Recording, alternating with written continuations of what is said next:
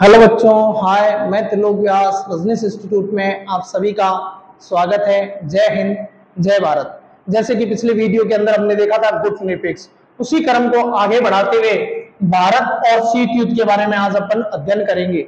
भारत का शीत युद्ध पर क्या प्रभाव पड़ा, भारत ने कौन सी नीति अपनाई थी जिसका शीत युद्ध पर प्रभाव पड़ा, भारत की गुट निरपेक्ष नीति ने वैश्विक राजनीति पर क्या प्रभाव डाला, इन सभी का अपन क्या करेंगे, आज अध्ययन करेंगे। भारत ने दो स्तर पर भूमिका निभाई।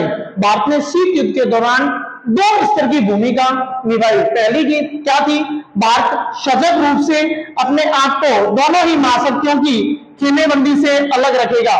भारत अपने आप को शीत युद्ध के दौरान दोनों ही महाशक्तियों की खेमेबंदी से अपने आप को क्या रखेगा, अलग रखेगा।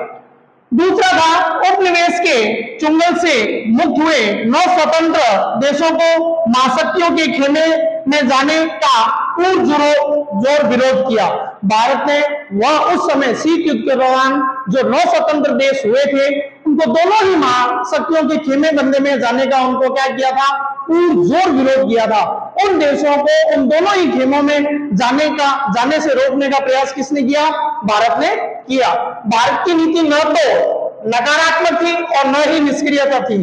हमने पिछले लेसन में देखा था कि भारत ने गुट निरपेक्ष की नीति को अपनाया था। गुट निरपेक्ष नीति में क्या था, भारत ने किसी भी प्रकार की निष्क्रियता नहीं निभाई। भारत ने सक्रिय अपनी भूमिका निभाई थी। शीत युद्ध के दौरान जहां युद्ध हो रहे थे उन युद्धों को रोका था। इसी कारण अपन कह सकते हैं गुट निरपेक्ष पलायन नहीं था। भारत की जो नीति थी गुट निरपेक्ष की नीति, वो पलायन नहीं थी, क्योंकि भारत ने शांति के स्तर को भी क्या किया, विश्व शांति को भी बढ़ावा दिया।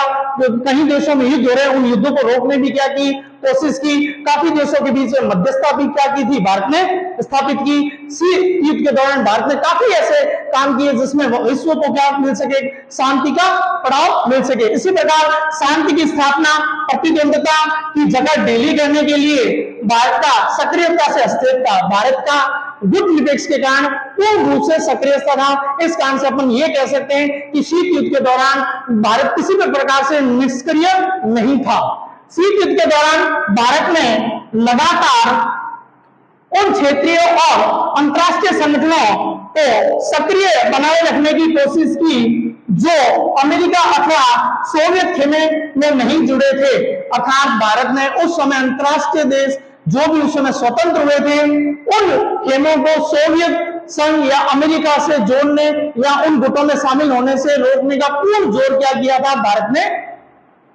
इसी के क्रम में गुट निरपेक्ष नीति का भारत का हित साधन, अर्थात गुट निरपेक्ष नीति से भारत को क्या फायदा हुआ, भारत का कैसे हित सदा, देख लेते हैं।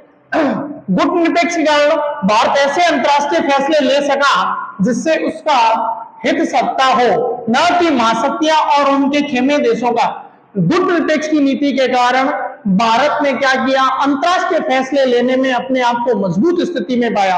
वह कैसे भी निर्णय ले सकता था, खुलकर निर्णय ले सकता था। उन दोनों ही महाशक्तियों का भारत पर कोई भी प्रभाव नहीं था, क्योंकि हमने पिछले वीडियो के अंदर देखा था कि दोनों ही महाशक्तियों की गुट के अंदर जो भी देश थे उनको उन महाशक्तियों के निर्णय अर्थात अपनी नीतियों का अनुसरण करना आवश्यक था, जबकि भारत इन दोनों ही गुटों में शामिल नहीं था।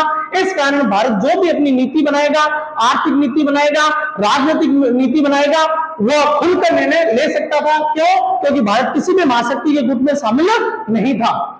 भारत हमेशा ही इस स्थिति में रहा कि वह एक महाशक्ति उसके खिलाफ जाए तो वह दूसरी महाशक्ति के करीब आने की कोशिश करेगा। भारत इस तरह से बेफिक्र था कि अगर उसके खिलाफ कोई भी दूसरी महाशक्ति उसके खिलाफ जाएगी तो दूसरी महाशक्ति इसके करीब आने की क्या करेगी, कोशिश करेगी। उस समय हमने देखा था शीत युद्ध के दौरान दो महाशक्तियां थी, उन दोनों महाशक्तियों में से कोई भी एक महाशक्ति अगर भारत के खिलाफ जाती है तो दूसरी महाशक्ति अपने आप ही उसके क्या आ जाएगी, करीब आने की क्या करेगी, कोशिश करेगी। अगर देखते हैं अगर भारत को महसूस हो कि महाशक्तियां ऐसे कोई भी उसकी अनदेखी कर रहा है तो वह दूसरी महाशक्ति की तरफ अपना रुख कर सकता था। दोनों ही गुटों में कोई भी भारत को लेकर ना तो बेफिक्र हो सकता है और ना ही दौड़ समा सकता है। इसका कहने का मतलब ये हो गया कि भारत पूर्ण रूप से क्या था, एकदम निश्चिंत था, क्योंकि भारत को ये बात क्लियर थी कि वो दोनों ही महाशक्ति अगर खिलाफ, एक ही महाशक्ति अगर उसके खिलाफ जाएगी तो दूसरी महाशक्ति उस पर क्या कर सकती है, करीब आ सकती है। इस कारण से दोनों ही महाशक्तियां उस पर न तो दौड़ जमा सकती थी और न ही भारत को लेकर क्या थी, बेफिक्र थी। इस कारण गुप्त निरपेक्ष से भारत में क्या मिला, काफी हद सत्ता हमें दिखाई। इसी क्रम में आगे बढ़ते हुए गुप्त निरपेक्ष नीति की आलोचना भी हुई। पहली आलोचना थी सिद्धांतहीन। गुप्त निरपेक्ष नीति जो थी वो सिद्धांत विहीन थी। सिद्धांत विहीन का मतलब हो गया, कभी इसके लिए आर्थिक मुद्दे महत्वपूर्ण हो गए तो कभी किसी गुट में शामिल न होना ये महत्वपूर्ण हो गया। तो इस तरह से अपन ये कह सकते हैं कि गुप्त निरपेक्ष नीति जो थी वो सिद्धांत विहीन थी।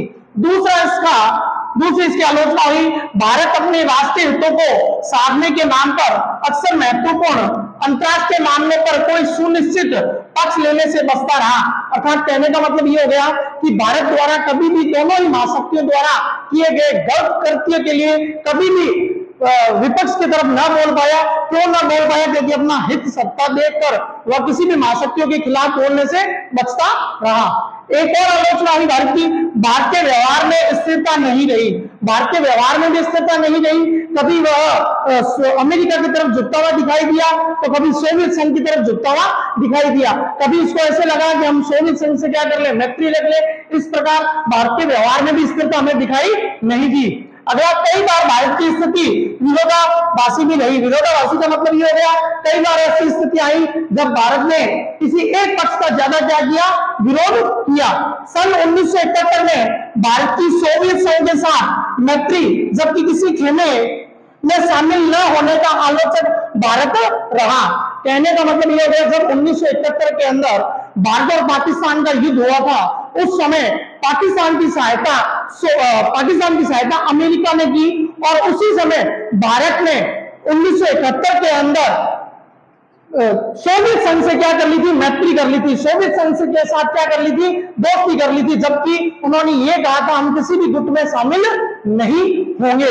उसके बावजूद भी भारत में यहाँ नहीं रह पाया गुट निरपेक्ष के कारण। उसने सोवियत संघ से क्या कर ली, मैत्री कर ली थी। जब 1971 के अंदर बांग्लादेश का क्या हुआ था, गठन हुआ था। इस प्रकार गुट निरपेक्ष नीति में भारत की आलोचना भी हुई।